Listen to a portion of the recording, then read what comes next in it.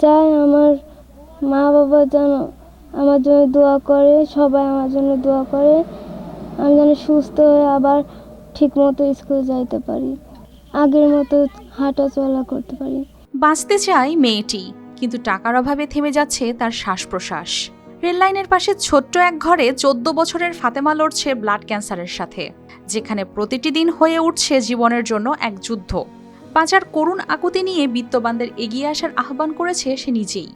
আমি কতদিন ধরে কি মাথার যন্ত্রণা আর শ্বাসকষ্ট হচ্ছিল, তারপর পেটে ব্যথা শুরু হয়েছে আমার, হঠাৎ করে দেখছি মুখ থেকে রক্ত বার হয়েছে, কিছু ঠিক ছিল না, মাথা একদম পড়ে গেছি, মাথা ঘুরে। পাবনার ঈশ্বরদীর দিরাইবাঘাইল এলাকার 14 বছর বয়সী ফাতেমা খাতুনের বই খাতা নিয়ে স্কুলে যাওয়ার কথা, কিন্তু সে লড়ছে মরণব্যাধি ব্লাড ক্যান্সারের সাথে। মেধাবী এই মেয়েটির এখন 6ষ্ঠ শ্রেণীতে পড়ার কথা থাকলেও নিয়তির নিষ্ঠুরতায় থেমে গেছে সেই পথ চলা। খুবই কষ্ট লাগে। একটা মা যেরকম সন্তান জন্ম দিয়েছে, তার সন্তান যদি দুনিয়াতে হয়ে যায়, তার যে কত কষ্ট সে মাই বোঝে। আমার মেয়ের জন্য আগে আমি সাহায্য চাচ্ছি সবার কাছে, যে সবাই জানি আমার মেয়েটাকে একটু সাহায্য করে, আমি জানি মেয়েটাকে ডাক্তার দেখাতে পারি। এই পর্যন্ত আমি চায়া চিন্তেই দেখাইছি, আমার একদমই নাই। আমি যে এতদিন পড়েছিলি, আমার মেয়েটাকে আমি ভালো করে ডাক্তারই দেখাতে পারিনি। ফাতেমার বাবা একজন দিনমজুর, নেই কোনো জমি জমা, এমনকি স্থায়ী কোনো আশ্রয়। যেখানে দুবেলা খাবার জোগাড় করাই কঠিন, সেখানে ক্যান্সারের চিকিৎসা তাদের জন্য অসম্ভব লড়াই। আমি কখনো বুঝতে পারি না যে আমার মেয়ে এভাবে অসুস্থ হয়ে যাবে। মানে টাকা পয়সা না থাকার কারণে আমি আমার মেয়েকে ঠিক মতন চিকিৎসা করাইতে পারছি না, ঠিক মতন লেখাপড়া করাইতে পারছি না। চোখের সামনে যে এখন আমার মেয়েটাকে বিছানায় শোয়া দেখি, আমি আর ঠিক থাকতে পারি না, ঘর থেকে বের হয়ে আসি। তার কষ্টটা আমার বুকে খুব হানায় দিয়ে।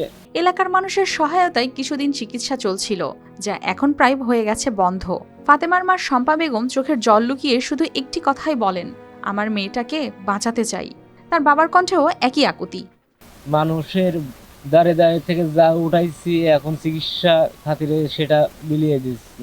প্রতিবেশীরাও সাধ্যমতো পাশে দাঁড়ানোর চেষ্টা করছেন, কিন্তু এই বড় রোগের চিকিৎসায় প্রয়োজন অনেক টাকা, তাই তারাও সাহায্যের আবেদন জানিয়েছে সকলের কাছে।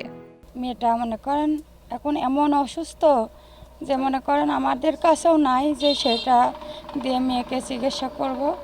মনে করেন আশপাশে থেকে নিয়ে মনে করেন যেটুকু পারেছি সেটুকু করেছি। অল্প বয়স, কিন্তু কেমন দিলে ইনশাল্লাহ ঠিক হয়ে যেতে পারে। টাকা পয়সা না থাকে আমরা পারি নাই, বুঝছেন তো। দেশের মানুষ সহযোগিতা করলে মেয়েটা ট্রিটমেন্ট করা সম্ভব হতো।